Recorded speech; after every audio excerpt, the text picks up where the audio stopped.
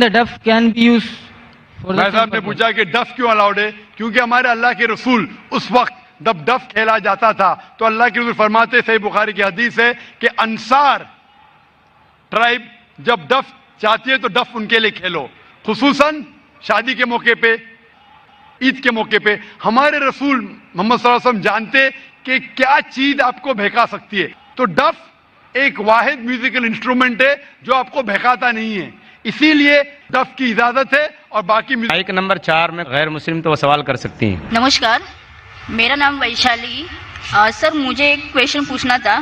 آپ کیا اسپیچ میں پوچھا ہے، مطلب کہا ہے کہ ہر انسان مسلم کہہ کے ہی جنم ہوتا ہے، تو میرا تو ماننا ہے اور سبھی کا یہی کہنا ہے کہ جب بچہ ہوتا ہے تو اس کا دھرم اس کے ماں باپ کے دھرم انوسار ہوتا ہے، تو یہ کیسے ہوتا ہے؟ بہن کا سوال ہے کہ میں نے کہا میری تقریر میں کہ ہر بچہ جب پیدا ہوتا ہے مسلم پیدا ہوتا ہے، تو بہن پوچھ رہی ہے کہ بچے کا دھرم اپنے والدین کا دھرم ہوتا ہے۔ وہ بچہ پیدا ہونے کے بعد جب بچہ پیدا ہوتا ہے تو محمد صلی اللہ علیہ وسلم فرماتے وہ دین الفطر میں پیدا ہوتا ہے، مطلب وہ وہی کر رہا ہے جو اس کا خالق، اس کا ایشور، اس کا اللہ چاہتا ہے۔ وہ سانس لے رہا ہے اس طریقے سے جس طریقے سے اللہ چاہتا ہے، اس کا خالق چاہتا ہے۔ وہ جی رہا ہے اس طریقے سے، وہ فطرت پہ جی رہا ہے۔ اس کے بعد وہ اپنے والدین کے بتائے ہوئے راستے پہ چلنے لگتا ہے۔ اسی لیے اگر کوئی بچے پہ ایکسٹرنل فورس نہیں ہے، ایکسٹرنل انفلوئنس نہیں ہے، اس کے بارے میں ریسرچ کیا گیا تھا دو ٹرائب پہ، دو ٹرائب ہے جس کا نام ہے آسٹریلین ایبوریجنز اینڈ دا کپاکو ٹرائب۔ یہ دو ٹرائب 1950 میں سائنٹسٹ ان کے پاس گئے اور جاننے کی کوشش کیے، یہ دو ٹرائب انسانیت کے ٹچ میں نہیں تھے، کوئی بھی ماڈرن انسان ان کے اوپر انفلوئنس نہیں کیا تھا، ان کا کوئی بھی ماڈرن ہیومن بینگ سے انفلوئنس نہیں تھا۔ جب ریسرچرز گئے اور تحقیق کیے کہ ان کا جینے کا طریقہ کیسا ہے، تو جاننے لگے کہ وہ ایک خدا میں مانتے، ایک ایشور میں مانتے، اس کی عبادت کرنے کے لیے سجدہ کرتے ہیں اور شرک نہیں کرتے۔ وہ تحقیق کرنے کے بعد پتا چلا کہ وہ اسلام فالو کر رہے، نام سے مسلمان نہیں تھے لیکن زندگی کے بسر کرنے کا طریقہ اسلامک تھا۔ تو اس سے یہ ہمیں پتا چلتا ہے کہ اگر کوئی بچہ پیدا ہوتا ہے اور اسے آپ علیحدہ رکھتے، اس کے اوپر کوئی انفلوئنس نہیں، نہ والدین کا، نہ بڑوں کا، نہ ٹیچر کا، وہ بچہ مسلم جیسے جیئے گا۔ مسلمان مطلب اپنی زندگی خدا کے احکامات کے مطابق بسر کرنا، اپنی زندگی بسر کرنا خدا کے مطابق۔ یہ سائنٹیفک ریسرچ ہے، اسی لیے میں کہتا ہوں ہر انسان جب پیدا ہوتا ہے، مسلم پیدا ہوتا ہے، اس کے بعد اس کے والدین اسے غلط راستے پہ لے جا سکتے ہیں۔ ہو سکتا ہے کہ بت پرستی کرتے، ہو سکتا ہے کہ آگ کو پوجنے کے لیے کہیں گے۔ اسی لیے کوئی غیر مسلم جب مسلم بنتا ہے، کنورٹ کہنا غلط ہے۔ کنورٹ مطلب ایک راستے سے دوسرے راستے پہ جانا، ریورٹ مطلب ایک انسان صحیح راستے پہ تھا پھر غلط راستے پہ جاتا ہے پھر سے صحیح راستے پہ آتا ہے، اسے کہتے ہیں ریورٹ۔ ہندی یا اردو میں کہوں گا میں، نو مسلم کہنا غلط ہے، ہندی میں کہوں گا لوٹا ہوا مسلم۔ یہ میرے خود کے الفاظ ہے، لوٹا ہوا مسلمان۔